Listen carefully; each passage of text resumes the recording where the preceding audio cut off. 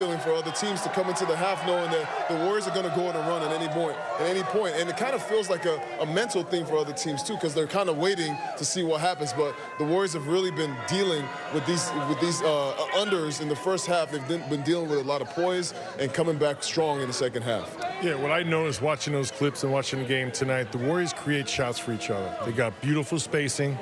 You see time and time again, every game, the Warriors get way more catch-and-shoot plays because they're putting the ball on the floor with a purpose to try to get straight-line drives. When the defense collapses, they unconditionally get rid of the basketball quickly. That next play they throw to is a good shooter. On the flip side, tonight, which we see a lot at the Clippers, every single player attacks exclusively off the dribble to get his own shot. And that's just, it's a mindset, it's a strategy, it's a skill set. But really, that's been the Warriors' championship DNA in offense. And then defensively, tonight again, masterful job defensively, changing looks on Paul George and Kawhi Leonard, putting different plays on them individually.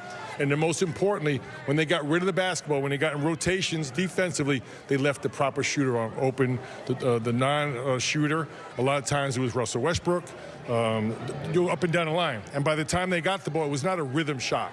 So to me, the Warriors are really catching momentum now. You can feel it building. They have a chance tomorrow to win, go 5-0 in this homestand with Steph Curry, Andrew Wiggins, and GP2 to come back soon. And I believe they're a season-high 3 games over 500, 33-30 here with 19 games to play. In that third quarter, Clippers go 4 of 22 from the floor and just shoot 18% as the Warriors blow it open there in that third frame. Just 1 of 8 from the three-point line. And speaking of which, Jordan Poole got cooking in that third quarter. He hit 4 threes in that third quarter, and he was our Nissan difference maker of the game. In the third quarter, he scored 22 of his game high, 34 points, 5 of 9 from the field, 4 of 8 from the three-point line, and more importantly, D-Right, he got to the free throw line in that third quarter, which flipped his basketball game, going to the line 8 times in that third quarter. He was super aggressive, attacking the rim, attacking that basket. He got that tech, and it seemed like everything started opening up for him. He got to the free throw line a few plays after that, and then we all know once you see that ball go in a few times around the free throw line around the basket, that basket just becomes as big as you know what. So Jordan Poole did a great job of keeping his quality shots and knocking them down. I think when you think about Jordan Poole, and what I think about him every time I see him play on the court, I see confidence. A guy who really believes in his shot. And when you're a young guy, part of confidence is knowing that I can make any shot that I take. And so sometimes it leads to bad shots, but other times it leads to times like the third quarter. 22 points in the third quarter where he's blistering hot, 4 or 8 from the three-point line, but getting to the free throw line is huge for this team. We had times last year when Andre was talking about Jordan Poole, and he would get 30 points and 1 free throw. You see the development of his game. A guy right now with the weight of the team kind of on his shoulders as a young guy, feels like the absence of Steph Curry means that he has to do more on the offensive end. Sometimes it means shooting more than he's supposed to, but really he's just learning how to be a leader of a team, and I love watching the development of the young Jordan Poole. Another thing I noticed a huge difference tonight between the Warriors and the Clippers was just their overall energy. Yeah. And you mentioned at halftime, Festus, they didn't get down. They had trust, and they weren't playing great basketball. They were having a hard time shooting, but it didn't affect their energy defensively or offensively. You see the play in that second half where Jordan Poole missed the 3. Offensively, he ran out of bounds, came back Here's the play, Bully. Let's show it was amazing. That's just straight positive energy, staying in the game, playing through adversity. Things are not going your way. Here goes the offensive rebound, hustled by Jordan Poole. Love it. Kuminga, but look, first thing to think about, who am I going to pass to? He could have put that shot up, find the open man on the outside. Those plays right there turn a game, and in some instances, turn a season around. Look at E40, making sure Jordan Poole's standing up straight, didn't hit the court. So a nice assist by Water there. And JP relocating. Steph Curry loves it. GP2 loves it. And that's winning basketball right there.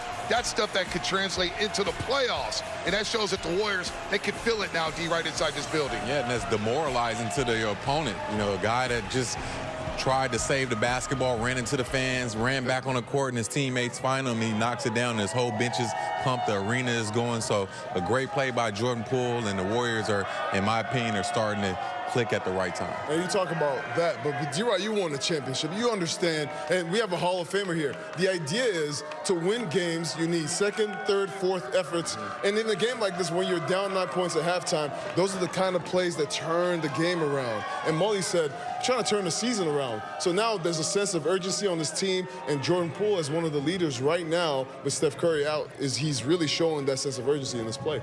And a lot of things we've talked about all season long. The Warriors dominate the points off turnovers, 29-12. They dominated the rebounds, 66-47. Wow.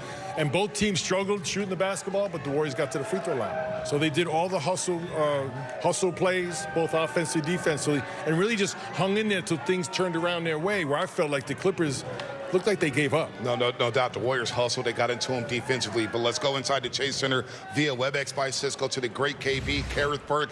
And one guy we haven't talked about at the start of the program is Klay Thompson, who came through with a double-double.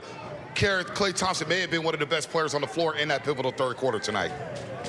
He was extraordinarily important to this third quarter, but he's important to the team in January, in February, this whole season. And guys, I'm thinking back to a storyline for Klay that was emerging after the All-Star break. He said he had conversations with Steve Kerr and Bruce Frazier, who challenged him to evolve his game, right? Klay's going to be playing more small forward, and they asked him to get more rebounds and up his leadership.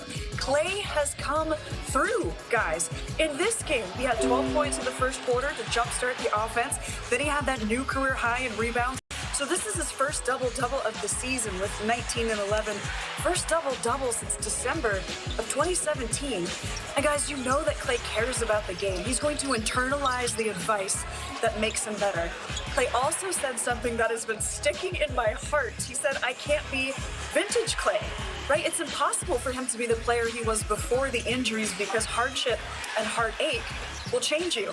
So what we're watching right now is Klay recreating himself, and I think this version is just as special. Yeah, he's playing some of the best basketball of his career right now. You mentioned the double-double, the first since 2017, the 4 assists, and he made a lot more passes tonight. The hockey assist for Klay Thompson as well. Klay Thompson's all the way back, KB. He's playing some good ball at the right time, Willie, as we check out his package from tonight again. The double-double, first since 2017 to December, but he got going in the first quarter, and he let the game play out and got his teammates involved there in the second half. It's Klay Thompson again. He's on a heater right now going into the month of March, Willie. Yeah, great shot selection. I think patience and poise. The team moving the basketball unconditionally. And Klay, look, you know, we've talked about his shooting. That's going to be there all the time. His playmaking has really stuck out to me. He's made some huge assists with his dribble drive because they push out so far to the three-point line. And the rebounding, that's just shows great activity.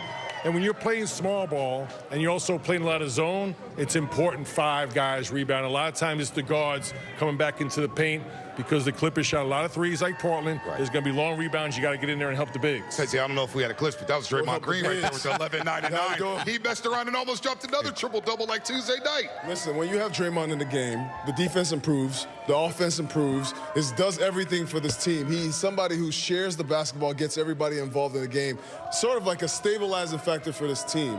In a game where the other big for the other team, Mason Plumlee, has 20 rebounds, our team collectively rebounds. Draymond Green is an undersized big for any team, but he comes in and he makes his mark known. He has, 9 rebounds this game, but against other guys, we also have our guards coming in to rebound. You got to give a shout out to Dante DiVincenzo, 11 rebounds. Klay Thompson, 11 rebounds. Jonathan Kuminga, 7 rebounds.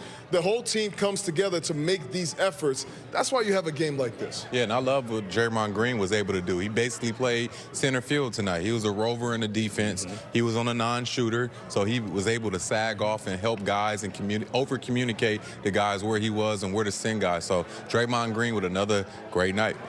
He missed 2 games recently. These last 2 games he played since he got back, I think he's looked as good as he had all season long. Fast, pushing pace. We mentioned his points and his steals and assists. The other thing, too, is this. Tonight, when the Clippers shoot 36% from the field and 20% from three-point land, there's going to be a lot of rebounds to be had. They could be offensive or defensive rebounds. So give the Warriors credit. Defensively, they took care of that board, and that's where they found a lot of open threes in transition. Again, they blitzed the Clippers in that second.